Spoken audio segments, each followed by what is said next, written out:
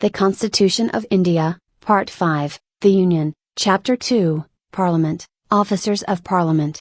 Article 94, Vacation and Resignation of, and Removal from, the offices of Speaker and Deputy Speaker.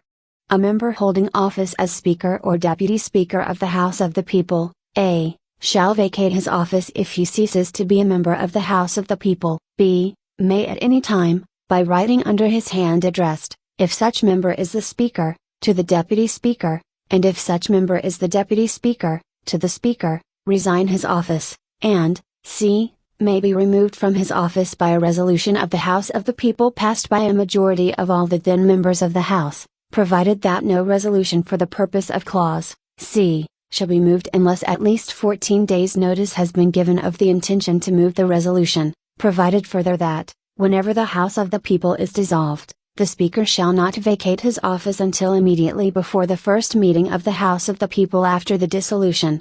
Article 95, Power of the Deputy Speaker or other person to perform the duties of the office of, or to act as, Speaker. Subclause 1. While the office of Speaker is vacant, the duties of the office shall be performed by the Deputy Speaker or, if the office of Deputy Speaker is also vacant, by such member of the House of the People as the President may appoint for the purpose. Subclause 2. During the absence of the Speaker from any sitting of the House of the People, the Deputy Speaker or, if he is also absent, such person as may be determined by the rules of procedure of the House, or, if no such person is present, such other person as may be determined by the House, shall act as Speaker. Article 96. The Speaker or the Deputy Speaker not to preside while a resolution for his removal from office is under consideration. Subclause 1. At any sitting of the House of the People, while any resolution for the removal of the Speaker from his office is under consideration, the Speaker, or while any resolution for the removal of the Deputy Speaker from his office is under consideration, the Deputy Speaker, shall not, though he is present, preside, and the provisions of Clause 2. Of Article 95 shall apply in relation to every such sitting as they apply in relation to a sitting from which the Speaker, or, as the case may be, the Deputy Speaker, is absent. Subclause 2. The Speaker shall have the right to speak in, and otherwise to take part in the proceedings of, the House of the People while any resolution for his removal from office is under consideration in the House, and shall, notwithstanding anything in Article 100, be entitled to vote only in the first instance on such resolution or on any other matter during such proceedings, but not in the case of an equality of votes. Article 97, Salaries and Allowances of the Chairman and Deputy Chairman and the Speaker and Deputy Speaker.